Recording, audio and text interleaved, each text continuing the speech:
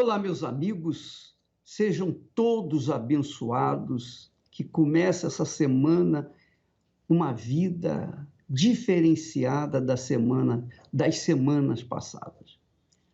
Eu queria dar para vocês o segredo de você começar uma vida nova, de você projetar a sua vida para o futuro, de você começar uma vida que venha lhe trazer um resultado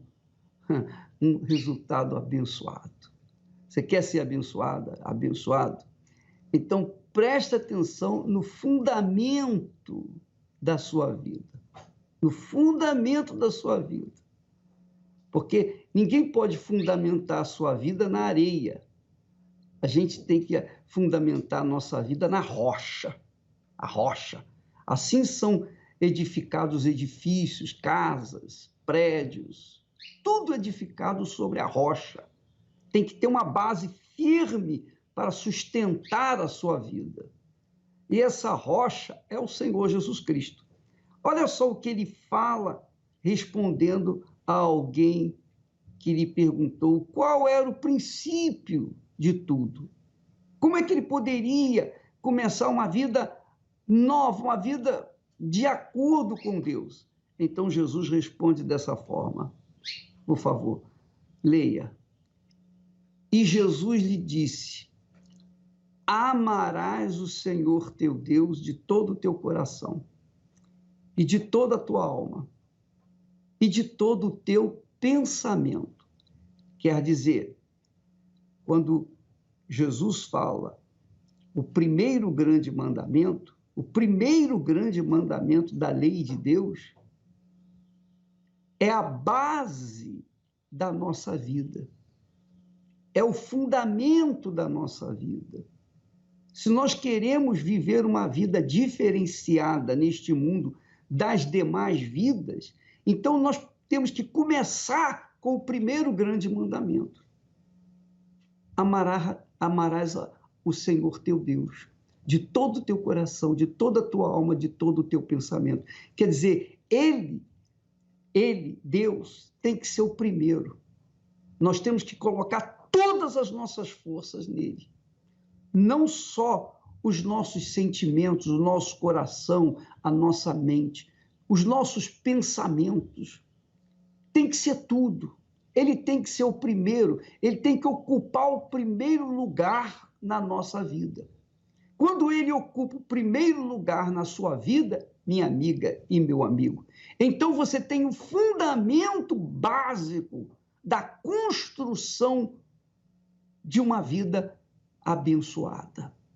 É o que Jesus falou: aquele que é prudente edifica a sua casa sobre a rocha.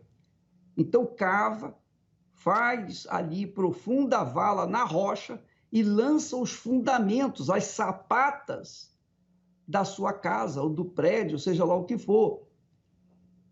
E depois, quando tiver fundamentada bem as bases, então constrói-se a casa e ela vai ficar sólida, firme por toda a vida. Assim é a nossa vida.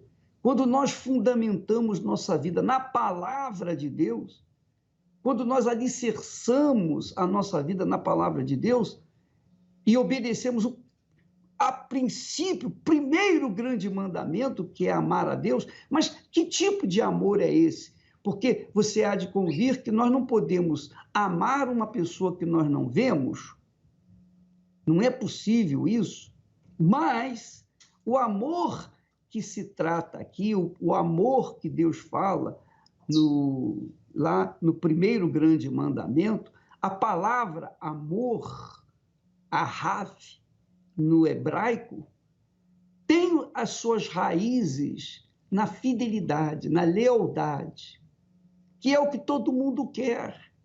Quando a pessoa casa, ela quer lealdade, ela quer fidelidade do parceiro, da parceira.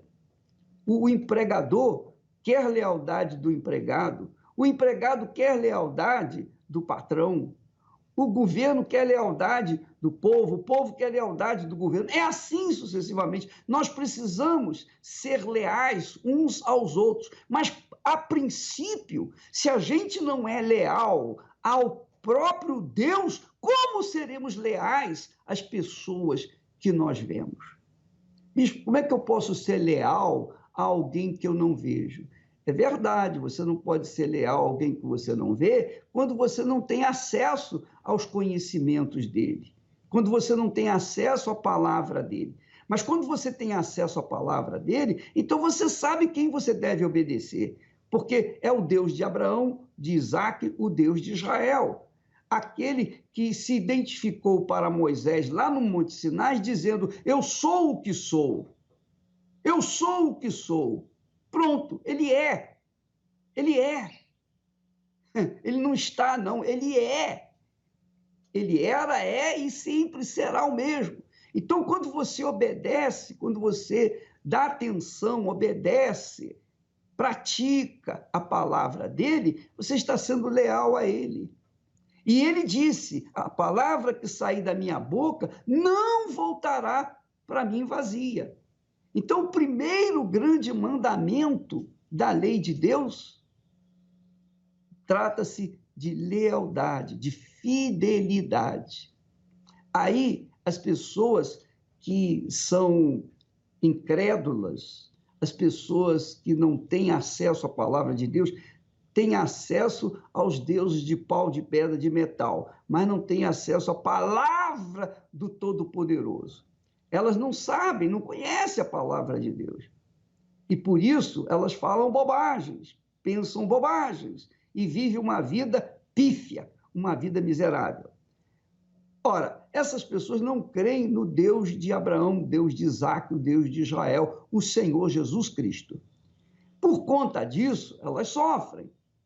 Mas aqueles que são fiéis a Deus, cumprindo a sua palavra, sendo leal a Ele, obedecendo a sua palavra, sendo fiel à sua palavra, então estes têm um fundamento para apoiar a sua vida, para apoiar a sua fé com inteligência. Porque esse grande mandamento, esse primeiro grande mandamento, trata-se, por exemplo, dos dízimos, os primeiros frutos, as primícias de toda a nossa renda. Deus é o Senhor de todas as coisas. Ele criou todas as coisas. Ele criou todas as coisas. E deu ao homem, a sua criatura, o direito de usufruir daquilo que ele criou. Mas o homem não reconhece ou não tem reconhecido o Criador, não tem reconhecido aquele que o criou. Então, por isso, o homem sofre, geme, padece. É como o filho que sai de casa e não quer dar a mínima para os pais. Então, ele vai para a rua, ele vai sofrer, ele vai aprender o que é errado, vai fazer o que é errado, vai escolher o que é errado e vai sofrer as consequências. Essa é a humanidade. Mas quando o filho está em casa e ouve a voz do pai, obedece aos seus pais e pratica aquilo que eles ensinam, então esse filho é bem-aventurado, essa filha é bem-aventurada. Por isso, minha amiga e meu amigo, é que no texto sagrado fala que o homem deve honrar pai e mãe. Nós temos que honrar os nossos pais. E nós vemos que quando é bom filho, quando é boa filha, então será boa esposa, será bom marido. Então, tudo depende da honra que os filhos prestam ao pai. E quando nós somos dizimistas, quando nós tomamos as primícias da nossa renda, o melhor da nossa renda, que são os primeiros frutos, não 10% simplesmente, não, os primeiros frutos, as primícias. Quando nós devolvemos a Deus, nós estamos honrando-o, nós estamos considerando-o como nosso Senhor, como nosso Deus, como nosso Criador. Ainda que nem o conheçamos, nós temos obedecido essa palavra, e essa palavra vai abrir um caminho, uma porta para que nós tenhamos acesso a Ele e venhamos conhecê-lo. Ele mesmo vai se revelar àqueles que lhe são fiéis, àqueles que lhe são leais.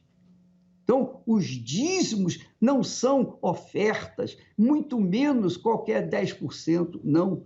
Se você pegar as primícias da sua renda, os primeiros 10%, e usá-los para si próprio, e depois pegar os 90% restantes e trazer até ao altar como dízimo, Deus não aceita. Deus vai considerá-lo ladra, ou vai considerá-la ladra ou ladrão, porque ele quer os primeiros frutos. Por que ele quer os primeiros frutos, as primícias? Porque os primeiros frutos significam dizer: tu és o meu Senhor, tu és o primeiro na minha vida. Muito bacana isso, né? Tu és o primeiro na minha vida. E aqui estão as primícias da minha renda, Senhor.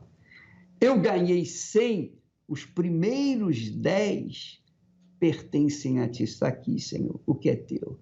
Eu te devolvo o que é teu. E o Senhor se sente honrado por esta lealdade, por esta fidelidade. E então, os 90% restantes têm que ser abençoados. Os 90% restantes têm que ser super abençoados. E esses 90% restantes vão ser infinitamente mais do que eram os 100% antes. Então, minha amiga e meu amigo, veja só, não é assim que a gente procede na nossa vida conjugal, por exemplo, no matrimonial. Os primeiros frutos, o primeiro amor, nós delegamos um para com o outro, se é que o casamento é honrado, se é que o casamento é levado a sério. Então, a mulher quer fazer o melhor para o marido quer fazer o melhor para a esposa.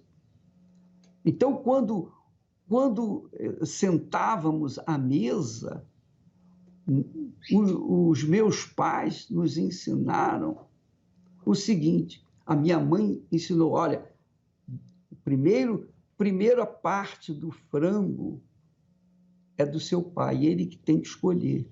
Então, primeiro era do papai. E depois que o papai se servia, então nós nos servíamos. Era assim. Isso é prestar obediência, honra ao nosso pai, que é, digamos assim, o cabeça da família. Mamãe considerava assim. E o meu pai se sentia honrado por saber que os seus filhos, sua família, então o honrava. Então, amiga e amigo, quando nós falamos de dízimos, ou os primeiros 10%, as primícias de toda a nossa renda, nós estamos tratando de honra a quem honra. Nós estamos honrando a quem nos tem honrado com a força, com o vigor, com a semente, com a chuva, com o sol, enfim, com a terra. Ele nos deu tudo. Então, pense bem nisso. Avalie, pese essa situação. Porque se você não honra ao Senhor, como é que você espera que o Senhor venha honrar a você? Não tem como. Então, muita gente fica reclamando, lamentando da vida e até praguejando contra Deus, amaldiçoando a Deus. Por quê? Porque vive uma vida pífia, uma vida mesquinha, miserável. Mas por quê? E não é só no quesito econômico, não. É no quesito familiar, né? No quesito de saúde, depressão. Toda sorte de maldição acontece porque a pessoa honra todo mundo, menos aquele que é o Senhor, que é o único Senhor, que tem que ser honrado digamos assim, com prioridade. Pense nisso, minha amiga, meu amigo. Aí está esse texto, ensina o que nós temos que fazer imediatamente. Bispo, eu não tenho muito conhecimento de Deus, eu não sei, mas você sabe, agora você sabe, você tem conhecimento de que, ainda que você não o conheça, mas você crê nas suas palavras, então você vai obedecer. E depois você vai fazer prova dele, vai prová-lo. Nós vamos falar amanhã sobre a prova que nós podemos fazer com Deus. Quando nós somos leais a Ele, nós temos o direito de cobrar dele o cumprimento das suas promessas. Amanhã nós iremos tratar desse assunto. Graças a Deus.